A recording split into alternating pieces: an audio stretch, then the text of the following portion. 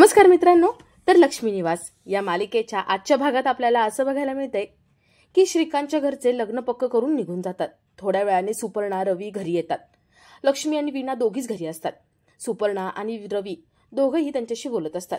लक्ष्मी त्यांचा पाहुणचार करते, त्यांना चहा कॉफी विचारते. सुपर्णा म्हणते, लग्नाची तयारी सुरू केली का नाही तुम्ही? अहो, आपल्याकडे वेळ फार कमी आहे. लक्ष्मी म्हणते, हो करायची आहे, पण आत्ताच तर तुम्ही गेला होतात ना. सुपर्णा म्हणते, नाही, आम्हाला विचारायचं होतं की लग्न कसं लावणार आहात तुम्ही, म्हणजे आमचे जास्त पाहुणे असणारे, चांगलं लग्न व्हायला हवं. लक्ष्मी म्हणते, हो लग्न चांगलंच करणार आहे आम्ही ठरवले. आम्ही इथे दारात मांडव घालणार आहोत, म्हणजे मोठा मांडव घातला की तिथे 50 लोक सहज जेवतील. सुपर्णा म्हणते, दारात आणि फक्त 50 लोक? सुपर्णा छान बड्या मारत असते. ते किती श्रीमंत आहेत आणि श्रीकांतचं दुसरं लग्न जरी असलं तरी पण आता किती मोठं आणि धुमधडाक्यात लग्न करायला पाहिजे, त्यांचे किती पाहुणे येणार आहेत, 2-2.5 हजार लोकांचं सहज झालं पाहिजे, या पद्धतीने सगळं सांगते.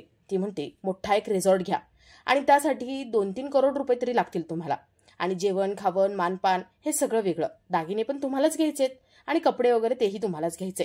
म्हणजे बघा, तुम्ही एवढं करू शकणार नाही आम्हाला माहितीये, म्हणून आम्ही तुम्हाला थोडीशी मदत करतोय. ती 50 लाख रुपयांचा चेक फाडते आणि त्यांना देते.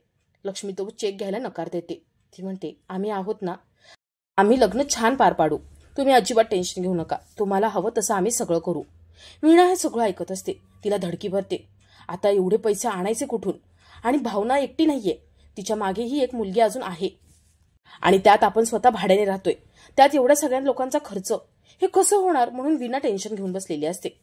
सुपर्णा, रवी हे दोघेही तिथून निघतात. ते बाहेर येतात आणि हसत असतात. लक्ष्मी आणि त्यांच्यात जी गरीब परिस्थिती आहे याबद्दल ते नावं ठेवतात. वीणा हे सगळं ऐकत असते. तिला याच काहीतरी गडबड वाटते.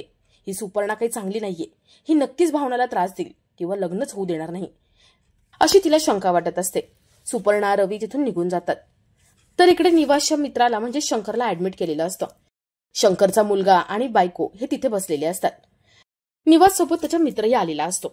निवास म्हणतो, शंकर अजिबात आता खचायचं नाहीयेस, तू बरा होणार आहेस. शंकर म्हणतो, बरं झालं ऑफिसमध्ये मी पडलो आणि ऑफिसमध्ये मला एवढं सगळं झालं, नाहीतर मी माझ्या घरी असं पडलो असतं तर काय झालं असतं. आता ऑफिसकडून तरी खर्च होईल. निवास म्हणतो, खर्चाची चिंता तू करू नकोस, आता सगळं व्यवस्थित होणार आहे, तू चांगला बरा होणार आहेस. शंकर म्हणतो, निवास ते 10 लाख रुपये नाही का तू मला दिले होतेस, ते घेऊन टाक. त्या चेकवर फक्त सही करायची बाकी आहे, दे आण, मी चेकवरती सही करतो. तो मुलाला चेक द्यायला सांगतो. निवास म्हणतो, आत्ता नको देऊस, तू एकदा बरा हो आणि घरी जा, मी स्वतः घरी येईल आणि चेक घेऊन जाईल. निवास चेक पुन्हा बॅगमध्ये ठेवायला सांगतो. मुलगा चेक बॅगमध्ये ठेवून देतो आणि तेवढ्यात तिथे सिस्टर येतात. सिस्टर मुलाकडे काही औषधं आणायला सांगतात आणि त्याच्याकडे चिठ्ठी देतात. मुलगा टेन्शनमध्ये असतो की बाबांसाठी औषधं कुठून आणायची. निवास पैसे काढून देतो आणि मुलाला म्हणतो, चंदू काही लागलं तर मला सांग, मी आहे मदतीला, आता ही औषधं आण, मी आहे हा, विसरू नको. मुलगा निघून जातो. निवास शंकरचा निरोप घेतो आणि तोही घरी निघून जातो. तर इकडे वीणा किचनमध्ये काम करत असते. लक्ष्मी एक वही घेऊन येते आणि वीणाला म्हणते, वीणा हे घे, यादी तयार कर, आपण याला सगळं लिहून काढू. लग्न आता 4-5 दिवसावर आले, आपल्याला घाई करायला हवी, कार्यालय बुक करायचे आपल्याला, आणि काय काय करायचं काय काय नाही हे सगळं लिहून काढायला हवं. वीणा लक्ष्मीला सांगण्याचा प्रयत्न करते ती सुपर्णा, रवी कसे आहेत ते.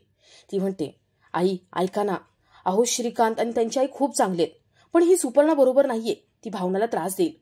लक्ष्मी म्हणते, तसं काही नाहीये ग, अगं सुपर्णाला वाटतं भावाचं लग्न चांगलं व्हावं म्हणून ती बोलली. आता चल, यादी करायची आपल्याला, कार्यालय बुक करायचंय, बस्ता बांधायचाय, जेवण खावण्याचं बघायचंय, पाहुण्यांना आमंत्रण द्यायचंय, पत्रिका छापायच्या आहेत. ती सगळं लिहून काढत असते. लक्ष्मी म्हणते, आपण आता एक काम करू, लाडू चिवडा लगेच बनवायला घेऊ.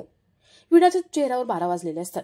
ती म्हणते, यांना कधी समजणार आहे, ती सुपर्णा बरोबर नाहीये, आता कसं समजवू यांना. लक्ष्मी आपल्या कामामध्ये गुंतलेली असते तर विना टेन्शनमध्ये असते.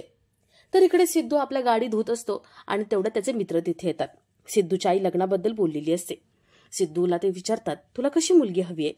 सिद्धूला आपली ड्रीम गर्ल कशी हवी आहे हे सगळं सांगत असतो आणि मित्र त्याला चिडवत असतात. तर इकडे निवास शंकरला भेटून घरी येतो. तो घरी येतो आणि रूममध्ये येऊन टेन्शनमध्ये बसलेला असतो. लक्ष्मी तिथे वही घेऊन येते. निवास विचारतो, वही का आणलीस तू? लक्ष्मी म्हणते, अहो याच्यामध्ये मी यादी केलीये, लग्नाला फक्त 4 दिवस बाकी आहेत, जसं जसं आठवेल तसं मी लिहून ठेवते, बघा ना, तुम्ही पण एकदा चेक करा. निवास टेन्शनमध्ये बसलेला असतो. लक्ष्मी म्हणते, अहो आता आपल्याला आपलं कर्तव्य पार पाडायचे, आपल्या मुलीचं लग्न छान धूमधडाक्यात पार पाडायचंय, म्हणून एक काम करा ना, 10 लाख रुपये आपल्याला लागणारच आहेत. तुमची FD मोडू आणि काही पैसे मला आत्ता आणून द्या. 3 लाख रुपये आपल्याला पुरतील. आपण लगेच सामान आणू आणि शॉपिंग करायला घेऊ. कसं आहे ना, पत्रिका छापायच्या आहेत, कार्यालय, बस्ता बांधायचा आहे, मुलाला कपडे आणायचे आहेत, मुलाला अंगठी आणायची आहे, त्याला चेन आणायची सोन्याची. आणि हो, आपल्या भावनाला दागिने पण लागतील ना. हे सगळं आपल्याला आत्ता बघावं लागेल. चला ना, उद्या पैसे आणाल का तुम्ही? निवास म्हणतो, पैसे? सही तर झालीच नाहीये. लक्ष्मी म्हणते, सही झाली नाही? कुणाची? निवास म्हणतो, अगं नाही, ते बँकच्या मॅनेजरची सही नाही झाली ना, त्याबद्दल बोलतोय. लक्ष्मी म्हणते, चालेल, आज नाही ना पैसे, उद्या पैसे आणा. अहो, आपल्याला लागणार आहेत ते पैसे. असं म्हणून लक्ष्मी निघून जात असते. इथे निवास ती चिठ्ठी यादी बघतो आणि तो विचार करतो, एवढा सगळा खर्च डोळ्यासमोर, भावनाचं लग्न लावायचे आणि तिथे शंकर आजारी, त्याच्याकडून पैसे नाही घेता येत, म्हणून तो टेन्शनमध्ये असतो. लक्ष्मी आतमध्ये येते आणि ती म्हणते, अहो, मला माहितीये तुम्ही थोडे थोडे पैसे जमवून हे पैसे आपल्या घरासाठी जमवले होते, पण आता भावनाचं लग्न आहे म्हणून तुम्हाला तुमची सगळी पैसे तिथे द्यावे लागतात. सॉरी, पण काय करणार ना, आपलं स्वप्न बाजूला ठेवून आपल्या मुलींचं आधी बघावं लागेल.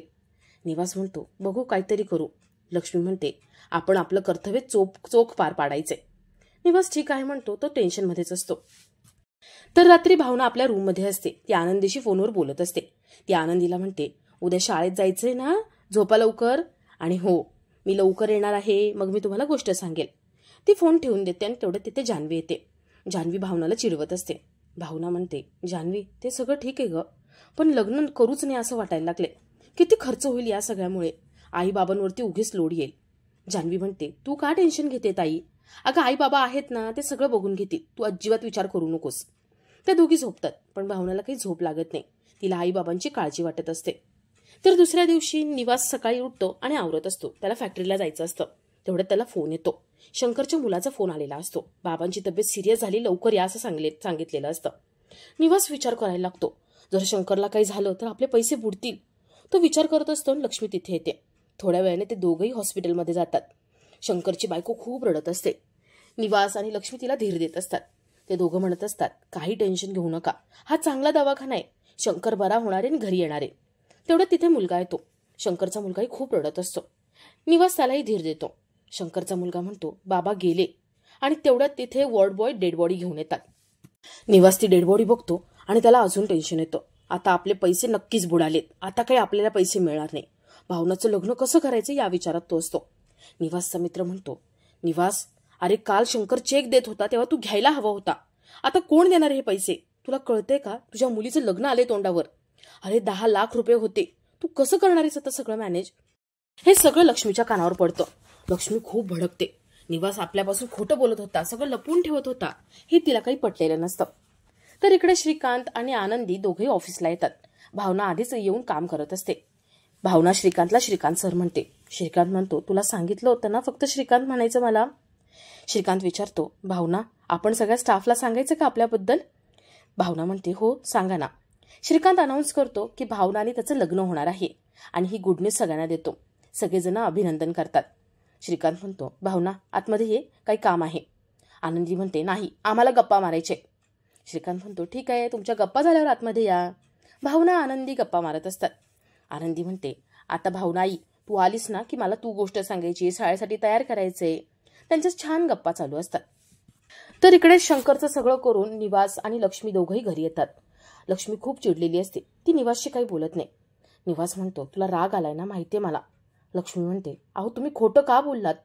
तुम्ही FD मोडली आणि शंकरला पैसे दिले. मला सांगायचं होतं ना, मी काही नाही म्हटलं असतं का?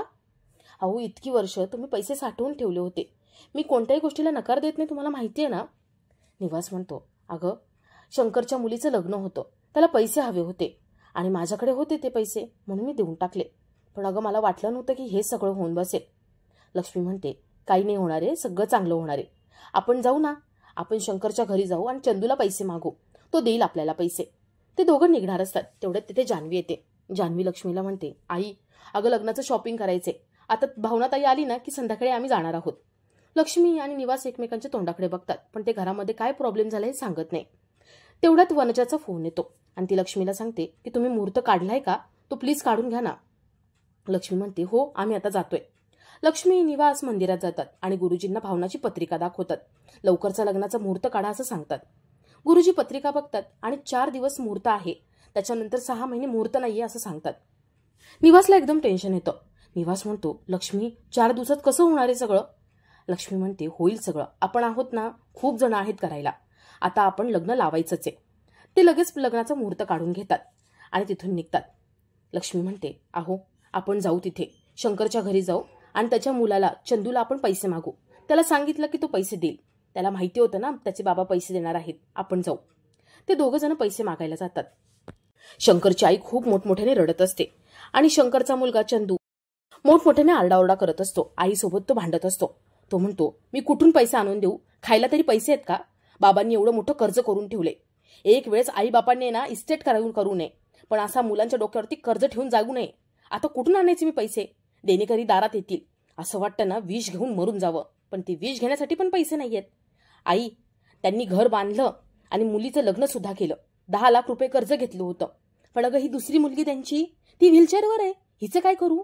अगं ही माझ्याच बोकांड्यावर आहे. आयुष्यभर हिला मला पोसावं लागणार आहे. त्याचं काय? तू जाशील मरून, पण बाकीचं मलाच सांभाळावं लागणार आहे ना. आई म्हणते, अरे पण निवास भाऊजींकडून पैसे घेतले होते, ते पैसे परत करायला हवे ना. चंदूचा मुलगा म्हणतो, माझ्याकडे पैसे नाही, मी परत देणार नाही. हे सगळं लक्ष्मी आणि निवास ऐकतात. ते दोघं जण आल्या पावली निघून जातात. ते दोघं जण चहा घेण्यासाठी टपरीवर बसलेले असतात. निवास म्हणतो, आता काय करायचंय?